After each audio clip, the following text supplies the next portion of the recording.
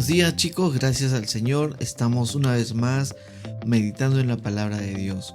Hoy lo haremos en Deuteronomio capítulo 4 y el Señor sea guiando nuestras vidas en oración y también en la lectura de la palabra. No dejemos de orar antes de leer y mucho menos dejemos de leer la palabra de Dios cada día. Quiere el Señor guiarnos en medio de las realidades que vivimos a sostener nuestras vidas en estas dos importantes y vitales disciplinas de orar y leer la palabra. Vamos a meditar entonces en Deuteronomio capítulo 4. El Señor sigue mostrando su solemnidad, su grandeza en medio de todos los hechos que ha venido realizando a través de los 40 años que el pueblo de Israel estaba atravesando en el desierto. Y en este capítulo en realidad nos muestra pues la grandeza de Dios. No hay un Dios más grande que el Señor. Versículo 7. ¿Qué nación grande hay que tenga un Dios tan cerca de ella como está el Señor nuestro Dios siempre que lo invocamos? Es una pregunta interesante a responder. O el versículo 8 que dice, ¿o qué nación grande hay que tenga estatutos y decretos tan justos como toda esta ley que hoy pongo delante de ustedes? La grandeza de Dios y la grandeza de sus mandatos era reconocida por las naciones que lo rodeaban. Esto es importante resaltarlo porque quiere el Señor enseñarnos el día de hoy que no hay nadie como nuestro Dios y por lo tanto no hay nadie como nuestro Cristo. Sabemos que Jesús es Dios y que tenemos un solo Dios hecho hombre, Jesucristo, y poder traer nuestra mente y nuestro corazón a aprender desde estos mismos capítulos del Antiguo Testamento cómo se resalta la grandeza de Dios.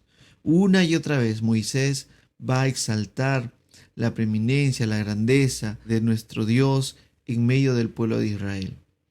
Versículo 1 dice: el Señor, el Dios de sus padres, les da. Versículo 3 dice: sus ojos han visto lo que el Señor o lo que Jehová hizo en el caso de Valpeor. Versículo 5, por ejemplo, dice: miren, yo les enseño los estatutos y decretos tal como el Señor mi Dios me ordenó.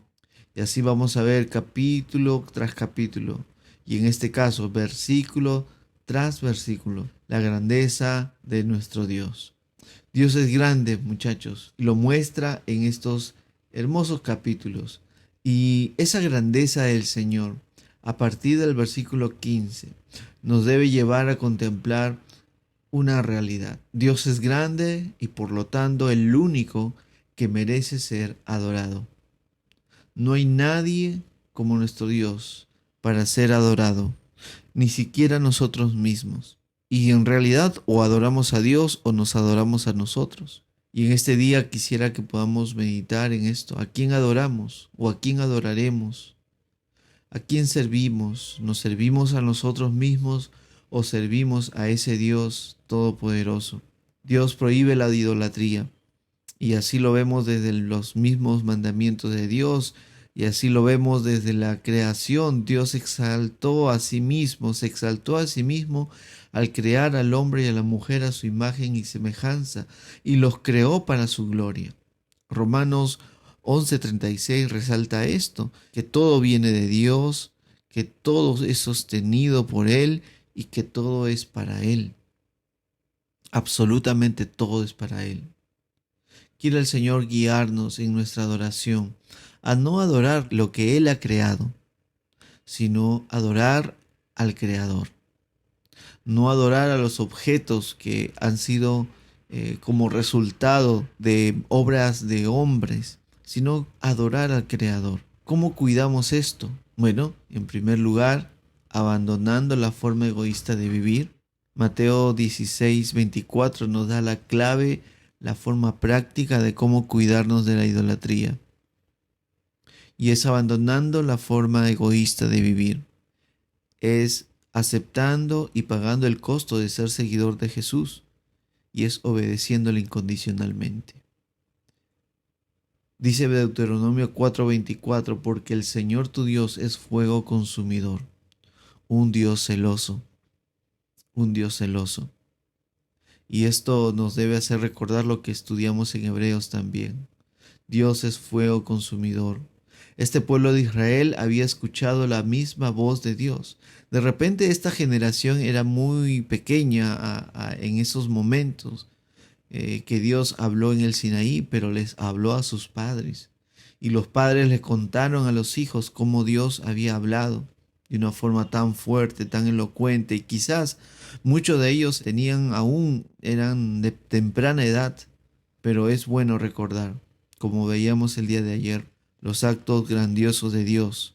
Hoy nos permite la palabra mirar quién es como nuestro Dios, quién es como Cristo, que resucitó al tercer día, que hizo milagros y que nos llevará a la patria celestial. Adoremos el día de hoy a nuestro Dios, a nuestro Cristo. Rindamos nuestros corazones a sus pies y libremos nuestro corazón de la idolatría, una vez más, como dice Mateo 16:24, abandonando la forma egoísta de vivir, aceptando y pagando el precio por ser cristianos y obedeciéndole incondicionalmente. Solamente así continúa ese versículo diciéndonos: el que pierde su vida por causa mía, la hallará. Pero el que quiera guardar su propia vida en sus deleites, en sus propios anhelos, esa persona la va a perder. Señor Jesús, ayúdanos a adorarte siempre, a reconocer como el más grande Dios de todos los tiempos. Un Dios que trasciende la historia, un Dios que guía a su pueblo y que tomará a su pueblo para conquistar naciones de gigantes en la ciudad de Canaán, que ya lo hizo, como vemos hasta este momento en tu palabra. Llévanos a adorarte, Jesús, por tu obra máxima en la cruz y por tu resurrección. En el nombre de Jesús te adoramos, solamente a ti. Amén.